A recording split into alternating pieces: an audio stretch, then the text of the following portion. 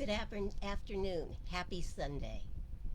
If you were with me at noon and heard the talk then, what I want you to know is that this is a redo because I pushed the wrong button. And instead of copying, I deleted. So bear with me. If you miss the community chit chat before and after the talk, then I'm sorry. I made it all go away. But if you're here to hear the talk, then you'll get just a slightly shortened version of the video because it's missing the stuff on either side. But nonetheless, I did want you to hear the talk if you are here for that, and so allow me to repeat what it was I said at noon. And if you're listening to a second play for you, then please know that some of the things that you heard that you liked may not be in this because I do go off notes periodically. But the heart is still the same. So, here's what I said. Decades ago, Robert Fulghum wrote, "Most of what I really need to know about how to live life and what to do and how to be, I learned in kindergarten." That's true, isn't it? I mean, in kindergarten, we learned a whole lot about how to be self-sufficient and yet how to take care of one another and how to be with one another. It's an amazing experience, and a lot of learning goes into that year. And Fulghum so just kind of summed it all up beautifully for us in his piece. So I'd like to repeat it. Wisdom, he wrote, was not at the top of the graduate school, but there in the sandpile at Sunday school. These are the things I learned. Share everything. Play fair. Don't hit people. Put things back where you found them. Clean up your own mess. Don't take things that aren't yours. Say you're sorry when you hurt someone. Wash your hands before you eat. Flush. Warm cookies and cold milk are good for you. Live a balanced life. Learn some and think some and draw and paint and sing and dance and play and work every day. Some. Take a nap every afternoon. When you go out into the world, watch out for traffic. Hold hands and stick together. And be aware of wonder. In case you weren't counting, that's 19 things to know to make your life work. 19, that's a lot of things to remember, though. I mean, some of them because we went to kindergarten, we're all up on, and we know that, and we look both ways before we go out into traffic, and we share, and cookies and milk are always good. So it may be true, but actually all you ever really needed to know to live better and love better and be better was out there a whole lot of years before Robert Fulghum. In 10 simple rules, half of Fulgham's list, that are thousands of years old, it occurs to me that those 10 rules for life, the commandments, contain within them the wisdom of the ages. 10 things to know. Love God, the spirit of life, the giver of life. Life. Don't get sidetracked by false gods. Do not use God's name in vain. Set one day aside each week to honor God, to love God, to remember God, and to allow others to know God as they understand it. Honor those who have come before you. Honor human life. Honor yourself by keeping your word. Don't steal, don't lie, and don't envy what anybody else has. The rules certainly seem to be simple enough. Apparently, though, based on results, the application is slightly more difficult than the wording. Most of us have been learning the hard way that we need to apply the rules. We've been learning with broken hearts and broken promises and broken lives. So enough. Enough. It's time we reached the point where we really understood what the rules are and how to apply them, and maybe, just maybe, we need to simplify it all a little bit so that we can stop suffering. Ernest Holmes wrote, "The world is beginning to realize that it has learned all it should through pain and suffering." Surely there is not an intelligence in the universe that would wish that on us. In fact, if we're reading the correct instructions, we've been told quite the opposite. Not that there is a being in the universe that wants us to suffer, but that it is the Father's good pleasure to give us the kingdom. So, what is it we don't get? Now, rules 4 through 10 are pretty clear. 4. Keep the Sabbath. Set one day aside each week, and not even the whole day. Set one day aside each week to honor God, to love God, to remember God, and to allow others to know God in whatever way is right for them. And, well, you're here. So you're doing that. Good for you. Rule number 4, check. Rule number 5, honor those who have come before you.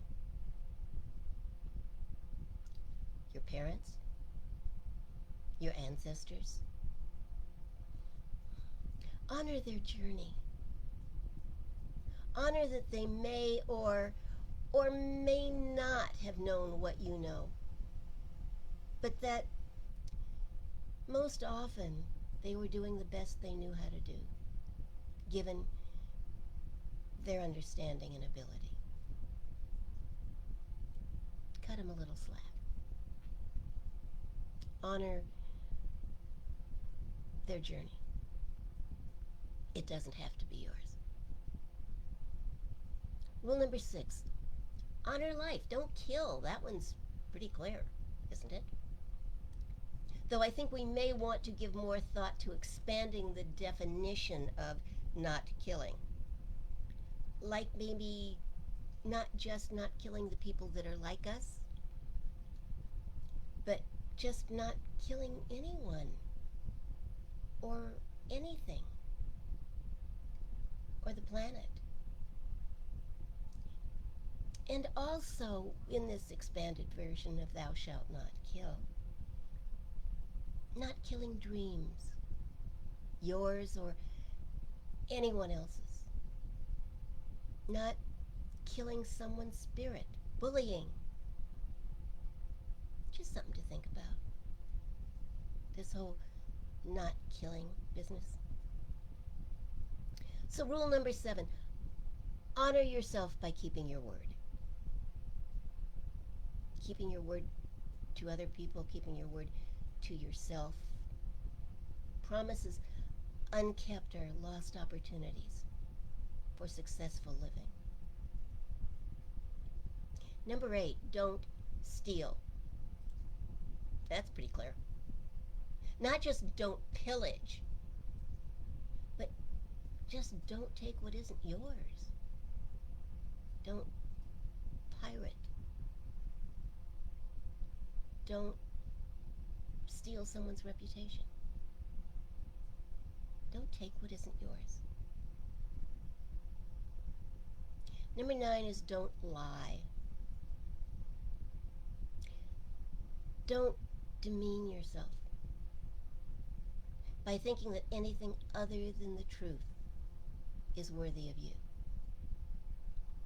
And then know that lies have a way of working their way into the spirit of the one who tells them and changing them, perhaps into something they may not want to be. Tell the truth. Always tell the truth. Then you don't have to remember what you said. Number 10, don't envy what anybody else has. Envy's subtle. What we're saying when we envy someone is, you've got it, I want it, but I don't think I can have it or get it, so you shouldn't have it either. It's kind of where stealing comes from, isn't it? It just grows into that. Okay, so rules 4 through 10 are really rules for living with ourselves and with others. And most of us understand and live by most of them most of the time. It's rules 1 through 3, I think, that hold the key to changing a life for good. The first rule says simply, I am the Lord thy God, thy good. I am thy good. This presence, this power, this creative force, that's where our good comes from. And then rule number 2 says, so don't put any false gods before me. Do not worship any lesser gods. Not money, not your job, not your spouse, not success. Because if you do, if you put your faith and your belief in that, you'll suffer. You'll find life unfulfilling. Stick with me. I'll love and provide for you and yours for thousands of years. That's a pretty big promise. And then rule number 3 is don't misuse my name. That's real important. That was probably one for the future. What is God's name? I am. I am. Remember in the story of Moses going up the mountain and encountering the burning bush, and after he got all of his instructions, none of which he was really thrilled with, he said, who shall I say send me? Because he can't very well walk into Pharaoh's court and say, this burning bush told me to come here. So who shall I say sent me? And the answer was, I am. Tell them I am that I am. I am what? What do you say God is? I am sick, broke, tired, frustrated. That's all misuse of the name of God. I am that I am. I am that. What? I am life. I am plenty. I am the one God to believe in, the one life to live, if you choose it. Every time you say, I am, you choose that. I'm tired. I'm bored. And you get to be that. But you don't have to be. You know, other cultures had many gods. A god for every way of being. And they weren't altogether wrong. Because each lesser god, as it came to be believed in, became the creator of life, or the destroyer. But we're told that in the beginning, there was only creation. Not an old guy on a throne surrounded by angels and harps. There was only creation. An unlimited force that moved across the face of the nothingness and created all the heavens and the earth and everything thereon. And ultimately, each of us. And that force, that creative power just is. And it has a certain set of rules it lives by.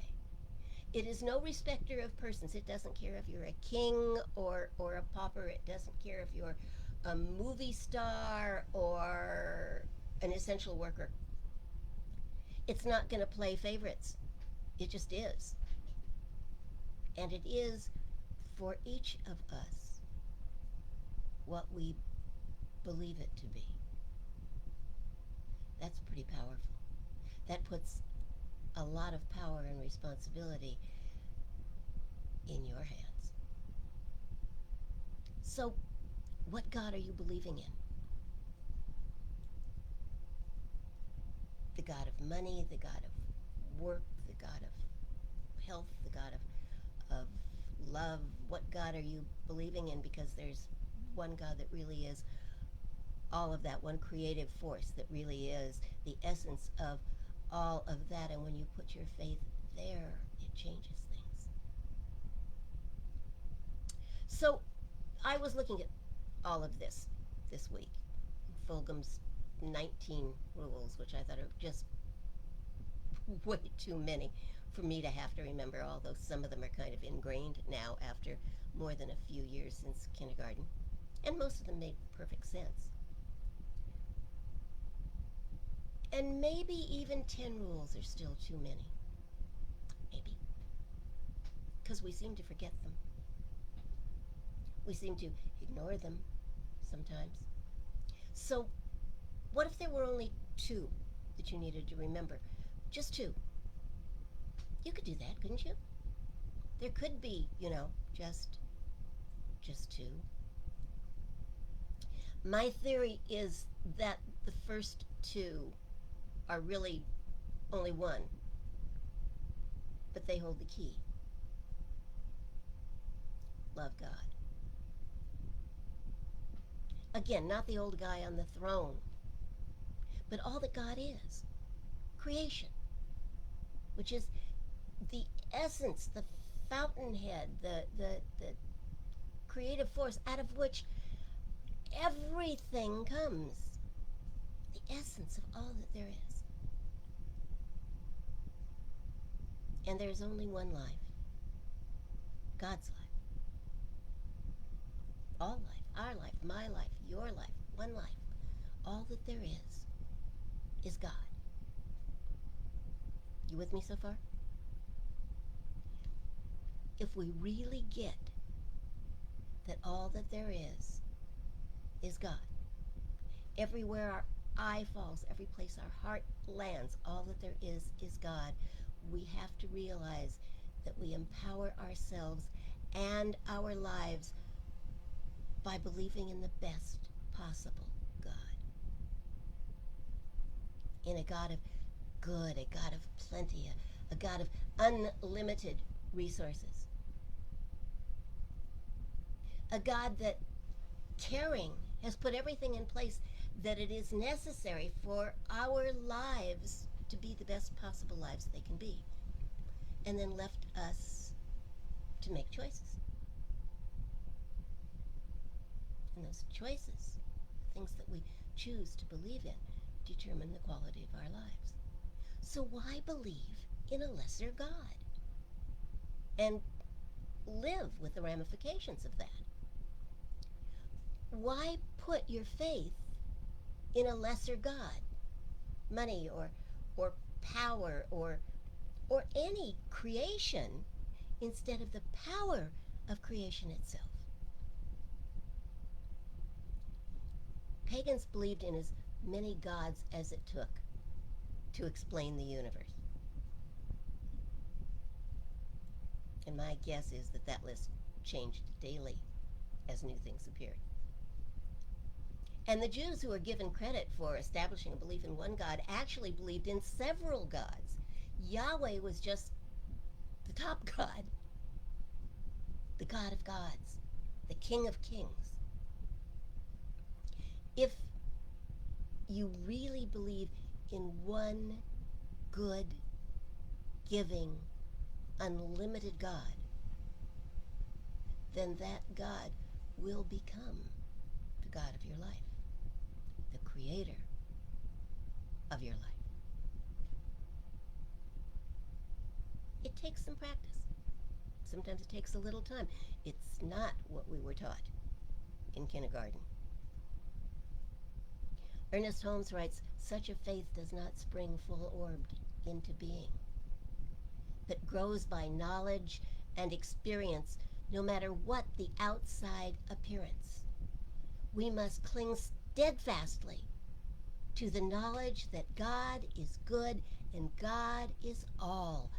Then we shall be able to say with conviction, I know in whom I have believed. People have asked me over the years, how will I know when I know? Actually, it's easy. What we really know demonstrates in our lives. So look at your life. Until the demonstration is what you really desire, we've got to learn from what is in front of us. What are we demonstrating? What are we believing? Without judgment or guilt or shame or denial, ask yourself, what are you demonstrating?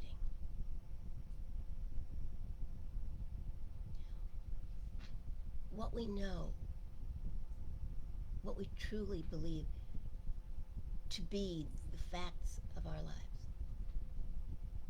are beyond the appearances of our lives.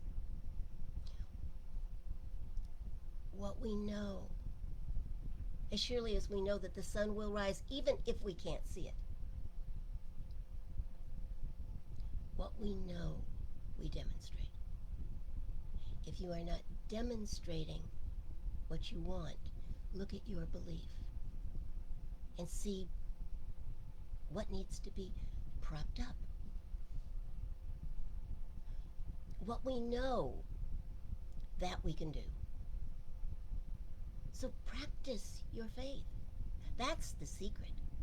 Not just learn the lessons and be able to rattle them off, but to practice your faith until your life demonstrates what you really believe in. We need to really know what we say we know. And practice, in this case, really does make perfect. If it is not as you want it to be, as you believe that it should be, then keep practicing. That's all. We learn by doing, by believing to the best of our ability, and then looking at the results and adjusting if necessary, without making ourselves wrong, without doubting, without turning away from the power of the universe, but by turning our attention away from the appearances, which are only temporary forms of our thought, and turning consistently to the realization of our own divine nature, the nature of God within us. The only way that we can truly come to know and trust in that God and what it can do in our lives and in our world is ultimately to come to know and trust our own divine nature. We must come to know for ourselves that the God within us is God. And in our lives, there is only one. Nothing else has real power, except that which we give it. Nothing else has control over our lives. Nothing else can change things for us. No one else can do it to us, and no one else can do it for us. Our individual evolution, spiritual evolution, the unfoldment of our divine lives, the enlightenment of our mind and spirit can come to us only as we allow ourselves to acknowledge our own power. Not just the power we exhibit in a moment, but the power within us, which is the power of God.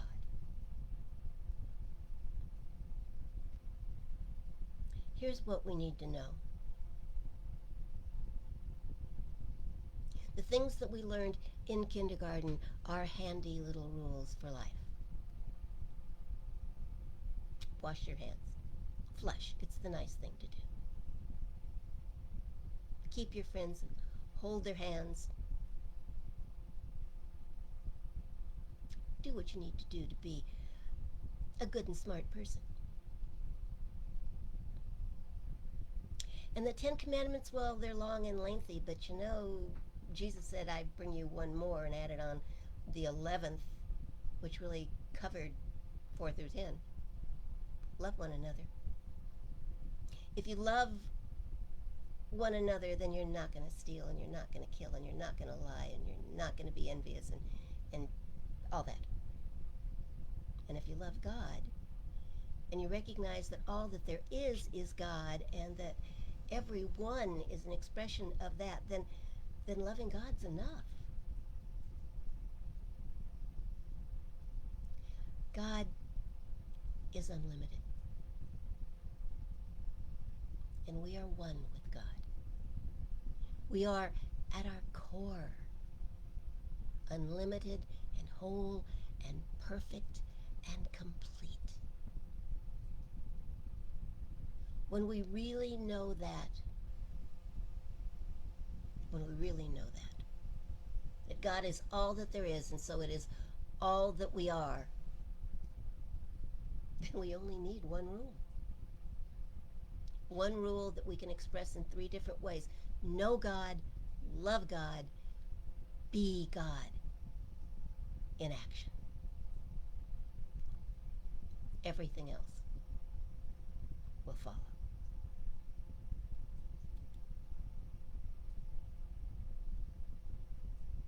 So, that's my talk for today. I hope that it has helped you think of ways to be a better God, a better expression of the divine. I hope that in some way it has made you smile or lifted your heart or your spirit and made you ready to take on this wonderful week that is upon us. Be that. Be God in action. I'll See you again on Wednesday at 7 or right back here next Sunday at noon. Have the most amazing and wonderful week. And if you forget what you learned in kindergarten and you can't quite remember the 10 rules, remember the one, and it'll take care of everything. God bless you.